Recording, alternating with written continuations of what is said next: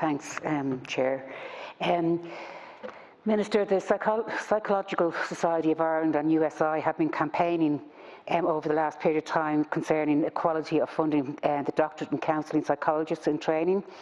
They are not funded nor do they receive a salary during training, unlike the doctorate in clinical psychologists in training who do receive a salary and a 60% fee reduction, sponsorship from the HSE, and then to ask the Minister to treat counselling psychologists with equality, and also the National Psychology Placement Office, when it will be set up. Thanks, Deputy. Minister Harris.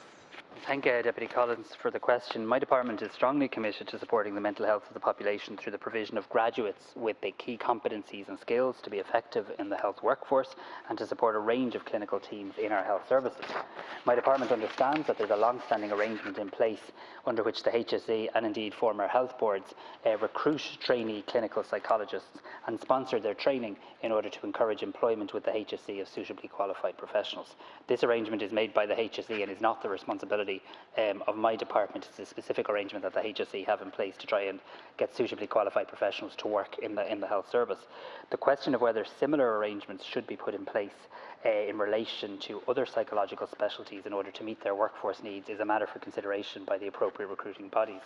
Furthermore, my department also understands that on the basis of the recommendations of the 2017 report of Psychology Review Implementation Group, the HSE did introduce revised eligibility criteria for recruitment to HSE psychologist positions, involving a combination of the consideration of qualification and placements or supervised work experience when determining a person's eligibility for employment.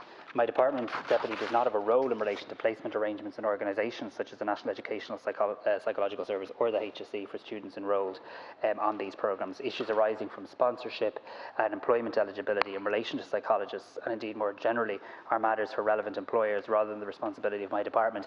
But in an effort to be helpful to the Deputy, I'll certainly pursue this matter on her behalf, as I'm sure she will also, with the HSE and with the Department of Health, who might be able to help further. So I'm more than happy to pursue the matter further. Thank you, Minister. It would be good because you're in government and you should be working in tandem in relation to what's needed, because in recent years counselling psychology training moved from a master's to a doctoral level, and in the time since they moved to doctoral level there have been approximately 144 psychologists in counselling training on the courses. Collectively they have paid approximately 2.8 million in fees, and more specifically, counselling psychologists in training have contributed approximately 65,000 direct contact hours during their training, and this is work with children, adults, families and communities, and was all delivered free with no wage funding or reduced fees. And can I just say, Minister, there does have to be that link between your department and the HSE, because we know that 2,500 children and adolescents are on waiting lists for CAMS, 3,300 adults are on waiting lists for counselling appointments, and 200 psychologist posts in the HSE remain unfilled. That's a serious issue, and particularly when we know what's coming down the road in relation to the pandemic and the effects it has had on our communities all over the country. Thanks, Deputy. Yeah, I 100% agree with the Deputy, and I suppose I was just answering the very specific question in relation to how that bit doesn't fall to my department, but that's not in any way shirking the broader issue. And I want to assure the Deputy that one of the roles that my new department is now playing, I suppose, is engaging with workforce planning sections of other relevant departments. So, for example, in the Department of Health at the moment, we're in discussions with them about can we provide more training places for nurses and doctors, what they need to do in relation to placements, what we need to do in relation to college places. In the area of disability, and Minister Anne Rabbitte has the Disability Capacity Review. One of the big findings of that is going to be, if we're serious about actually reducing waiting lists, it's not just about money, though that's a part of it, it's also about making sure we have enough professionals and that we're training enough professionals. So my department is very much available as a resource to any government department, any agency, indeed any sector of our society, in terms of what can we do to help make sure we have enough graduates coming out of college. One other example is the work I'm doing with Minister O'Gorman on social workers and making sure we have more social workers for TUSLA and the likes as well. So I just want to assure you we are providing that function, and I will take this up with the Department of Health. I think that's going to be an important aspect into the future, because we do know we need more nurses, doctors, psychologists, services for autistic development, all that type of thing. And I think we have to map it out, and we have to say what is needed, and what are the needs that have to be met, and then how do we reflect that in our courses in universities and that. But I will make a particular point, Minister. There was a fee increase in TCD for these counselling psychologists. The college has seen a massive savings this year, significantly lower electricity and heating bills, and no travel expense for guest lecturers.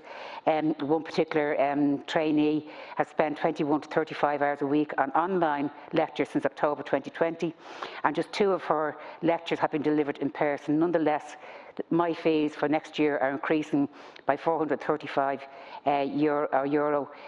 to 14,924, and they ask how is this justified, and I think it is a question directly to you for these students. They've had no feedback in relation to those fees at all. Minister. Thanks very much, Deputy. So firstly, in terms of them, we need to map it out. You couldn't be more right. I mean, if we want to turn things like Sláinte Care or really, quite frankly, any government strategy to improve public services, a big part of that conversation has to be, well, how many young people or not so young people do we need to have trained to work in these areas? So I agree with you in relation to that, and there is a lot of work going on in that regard. I note the campaign being run by the Psychological Society of Ireland and USI in relation to the matter that you've raised, and I'll undertake, when I meet USI, and I'm due to meet them very shortly, to pursue the matter with them that you've raised on the floor of the Dáil, and to engage directly with the higher education institution involved. They do, I'm not passing the buck, they do have an ability to set their own fees, but I think you make a fair point, and I'll certainly pursue it directly with the institution.